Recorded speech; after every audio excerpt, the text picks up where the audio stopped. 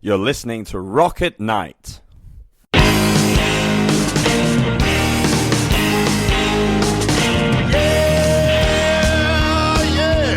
Are you ready? Hey, tonight I'm gonna take you on a little trip. We're going down south by the mighty Mississippi. I'm gonna take you to a place where lights never dim. Bring your mother, your brother, and your best friend. I'm gonna show you where they dance out in the street. They'll tell you all about your body heat. Not gonna talk about it, just gonna do it. Get on down, if you feel up good. Now, get on down. Okay, welcome to Anita Stewart's podcast for Yes, She Rocks, and we are a regular column featured at Rocket Night. You can find Rocket Night at rocketnight.com and Yes, She Rocks at yessherocks.com.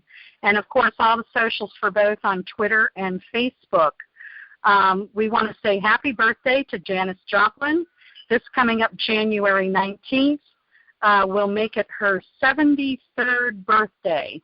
And we want to welcome Flash Silvermoon as our guest. Thanks so much for being here. Well, it's my pleasure.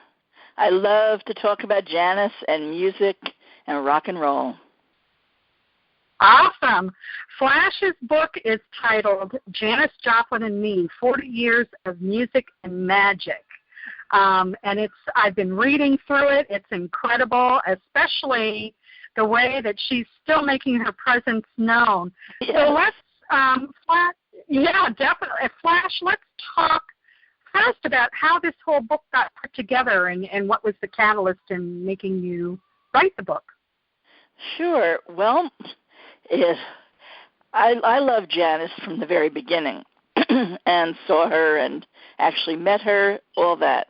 And we can get to that later, but she came to me, a month after she died, in a vision, and she just rocked me awake, and she was very pissed because she wanted me to make sure that people know that she did not kill herself, that in fact she was, as she put it, murdered.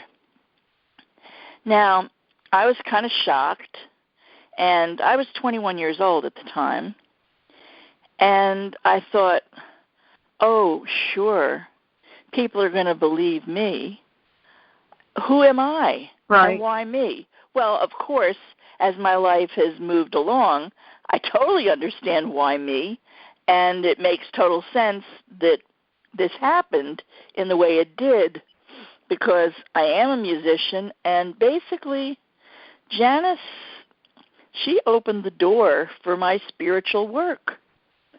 I was doing some, but she kind of pushed me through into the deep end of the pool and said, Wow. Check this out. I was not a medium at the time. I had never spoken to dead people, and boy, did she show me some things. And the main thing was that she wanted me to make sure that I let people know what happened to her. And that was the whole thrust of the beginning. And when I thought about it, when it first happened, I thought to myself, well, isn't it just like Red China, where they killed all the cultural heroes, and they killed the scientists and the doctors and all that? Maybe with Jimi Hendrix dying 2 weeks before, and then Jim Morrison dying not too long after, and, of course, John Lennon. And we lost so many people. We lost Malcolm X. We lost Martin Luther King. We lost the Kennedys. So many wiped out, assassinated.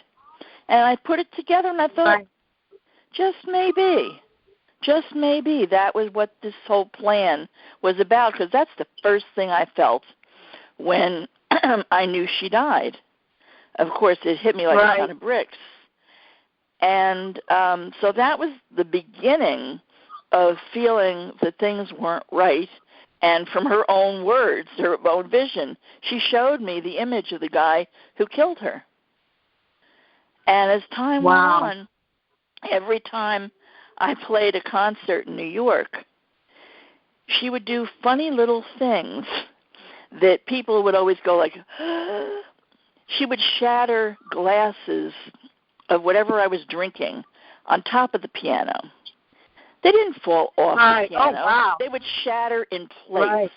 on top of the keyboards. And it was always done with just weird enough timing and energy that people watching would go, holy crap, what was that? Yeah. Never did it just slide by. When you think about shattering glass, you usually think of something like Ella Fitzgerald's voice, or you know, some of the other. You know, that's the first thing you think of is how they can shatter glass. So it took many years it took me to figure out what the broken glass was about. And I realized finally, after the last glass that she shattered, which was lead crystal, and there was a mason jar next to it that was fine, I realized that she was singing, but in another place. Dimension? Yeah, another place. And that dimension was what was shattering glass. And after that was the end of the shattering glass. Excuse me? What were some of the other life-affirming things that she did to make her presence known after she was already gone? Well, she saved my life at least 3 times that I know about. I was living in an apartment in New York City on the, I thought I was living in the Upper West Side, but I was on the edge of Spanish Harlem. And it was a 4-flight walk-up. And to make a long story short, she kind of woke me up. I was almost asleep, and she just made a noise where I knew she would come from time to time. And it woke me up, and it startled me, and I started smelling something burning. And I got out of bed. Oh, God. And meanwhile, you know, I'm on a 4-flight walk-up with no telephone. And I got all my roommates out because I opened the door to the hallway, and it was full of smoke. And this is 4:30 in the morning. I got everybody out, got to the telephone, called the fire department, and the fire chief came over, and he said, well, whoever called this in just saved everybody's life. Said your boiler was about to blow here. So that was the first life save. Then it was, you know, totally clear as a bell that that's exactly what happened. You know, none of the things that occurred took me fidgeting around with information to try to make it look that way. It was all just straight up the way it looked. And, you know, basically that became more and more a world that I was comfortable in, and my psychic work shot through the roof. And actually, I started off with a career as a musician, a rock and roll musician, matter of fact. And it became clear that I was actually not supposed to stop singing, but that I was supposed to guide my career more toward the mystical, which I have. So you believe she gave you that message in regard to basically the relationship that you've had with her, which has really been in the ethers this whole time. Yes. Now, I actually did meet her once. We could say it was by accident, or we could say something else. It was one of those concerts, and I was quite stoned. And because of being that stoned, instead of walking out the back door, which I thought I was doing, I wound up going into her dressing room. And I swear it was an accident because I wound up in there thinking I was going out the back door, and I saw her in front of me, and I was shocked. But, of course, what a good shock. And I walked over to her, and I just held her arm, and I told her how beautiful and wonderful she was. And she was just like the most amazing being on the planet. And she kind of giggled a little bit, and she said, well, here, have some of my drink. And she gave me her drink. And I'm not a drinker, but I thought it was going to be Southern Comfort, which I could barely tolerate. But, of course, when Janis Joplin offers you her drink, you drink it. As a matter of fact, if Right. you're 20 years old, you act like a big shot, and you drink the whole thing down at once. And Right. there's nothing like taking something you don't know and downing it. It was straight scotch, and I was doubled I've never over. liked scotch. Ew. I was doubled over, Yeah. coughing and choking, and she's slapping me on the back and laughing her ass off because it was real clear who was trying to be a big shot, and it wasn't Janis. Right. So Yeah, it was. that You was, know, to me, scotch has always tasted like soap. It's always been something I've never been able to tolerate. So I probably would have done the same thing. But, I didn't know it was yeah, because scotch. all of us knew she drank Southern Comfort. I mean, Right. that was her drink of choice. Anyway. Well, apparently not. Not, right. Or maybe the scotch was all she had at the time or something. Who knows? Well, But, whatever. But it was Now quite the surprise. Now, you've done quite a lot of music on your own, and you have CDs that you sell on your site at flashsilvermoon.com, along Sure with do. the ebook. Mm-hmm. Tell us a little bit about how some of those songs can be compared. Well, I mean, I've been playing music since I was 8. Ironically, I started on Halloween, interestingly enough. And, of course, what else would I have done? And, the song she wrote, Turtle Blues, is one of the few that she actually wrote herself. And it's a blues song, 12-bar blues. And it's not too different from my song Slow Burn Blues. But anybody who has heard me play swears that I channel her. And it's true. It is very true. So how do you feel when somebody, after you play one of your songs or one of her songs, and somebody says you've channeled her? How do you feel? Do you feel that coming on? Do you feel that presence when you're playing, or do people have to tell you about it? Well, after people have told it to me for years, I started agreeing. I didn't disagree. It was just, that's such a compliment. I was kind of humbled by it. But, right. I definitely could feel it, and I knew it was the truth because she had started doing that every time I played for an interview in New York. Every time she started coming through, and she started playing with the breaking glass and all that. But I can feel it. I can feel the sound in my voice shift a little bit, and my body vibrate. Right. And at the Wise Woman Festival, which is a women's festival that I produced for 8 years, Wise Woman 2, I remember singing Peace in My Heart with my wonderful musical partner, Omi Aladora Ajamu, who has since passed. She and I, and also Catherine Whitestar from Sarasota, we were all playing together and singing that song. And I swear we seemed like we were lifting the roof off. It was so intense. We started playing Peace in My Heart, and I know I can make my keyboards sound like Hendrix guitar, and that's real fun for me. So we were playing Peace in My Heart, and I was playing with the feedback at the very end of the song and letting it ring out, and then we started chanting, playing with the feedback, and the song went from being the song into this incredible experience of sound with voices and music. And it went from being musicians playing to an audience to everyone came into the circle. Everybody started chanting together.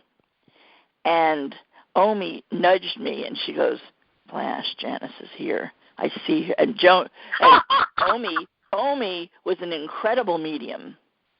And she says, she is up on the ceiling. I see her. She is hovering over us, which I didn't doubt for a minute because the energy was so intense and the music just bubbled up. And everybody remembers it. Anybody I've ever spoken to who was there just shakes their head and goes, oh, yeah, I remember that song. What else do you think of your repertoire matches up with something that she's done? Well, Blessings a little bit because it's very up-tempo, but mine it's more funky. Blessings is a little bit more like Stevie Wonder type sound, but the message is very uplifting and positive, and I kind of compare it a little bit to the Cosmic Blues, where she was kind of down and saying, hey, it doesn't make no difference. It's all going to be kind of screwed. Don't wait till Saturday. She called it the Great Saturday Night Swindle. Right. But also the song Savor You Like Chocolate is very old bluesy. And that came right through me. I love that song. Right. That song went right through me. Love that. And let me see if I can. I've got a clip of that also. Let me play that, or at least the beginning. When I first heard your music, when I connected with you, I remember this was the song that I played because I just really loved this song, and everybody I knew that I played it for, they just loved it. So yeah, I've always thought that it should be a hit for somebody. Right. But here's a little bit of it.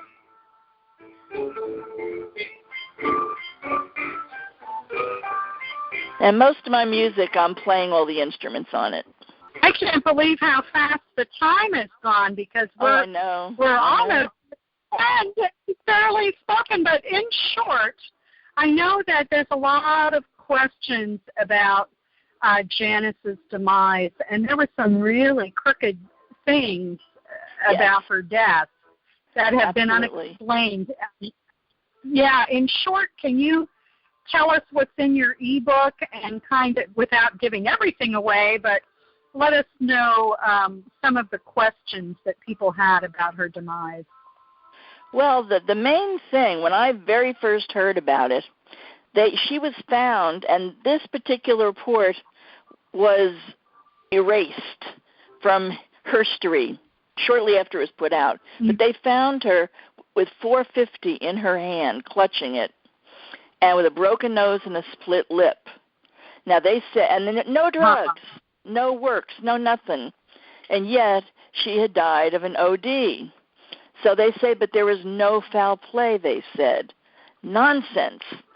They said that she fell out of bed and broke her nose and split her lip. And that's why she was still holding the $4.50 in her hand that she had gotten downstairs at her hotel. She had given the guy at the desk $5 to get a pack of cigarettes, and that's the $4.50 was changed for that $5 bill. And I know she had gone up those stairs, and somebody was waiting for her. And at the very least was trying to scare her and hurt her. And we have to keep in mind this is all music industry stuff. This is how sometimes it's been operated like a mafia, and this is probably what happened with her. It was something that was done regarding her career that she disagreed with, or something she wouldn't sign, or she wouldn't. Something. She insisted on forcing Columbia Records to let her use all her own people to record Pearl. And that could have been it, just that by itself, just the fact that she had her own people in there. But we are coming to the last couple of minutes. Very quickly, let us know how the listeners can order the ebook and how they can find your music. Okay. So the ebook is super easy. You go to flashsilvermoon.com, which is my website, and you click right there. It's only $9.95, and it'll wind up coming to you to your email. Boom, done. Okay. And it's a great read. It's exciting, and it's very mystical. There's loads of interesting stories there. If you love the 60s, you'll enjoy it too. And if you want to get music, same thing. You go to the website, flashsilvermoon.com, and click where it says music. Awesome. And then it'll and go I to want you. to thank you so much for being a guest on the show. We love the music. I really feel that this is so fitting for her birthday, and 73 Yes. years old. Can you imagine what kind of music she would have left us if she had been allowed to live, and Yes. what kind of body of work she would have now? It's just amazing to think about. It was a very short life, but wow, what she left. And there would not be women in rock and roll without Janis, without Grace Slick, without people like them. She paved the way. They all paved the way for women rockers everywhere. So thank you so much, Flash. And everybody, make sure you check out rocketnight.com and yessherocks.com. Our Yes She Rocks column is on Rocket Night. And check out Flash Silvermoon at flashsilvermoon.com. And we're going to close real quick. You're listening to Rock at Night. Thanks for the intro melody. It's called Get On Down by Billy Bass Alford. Thanks.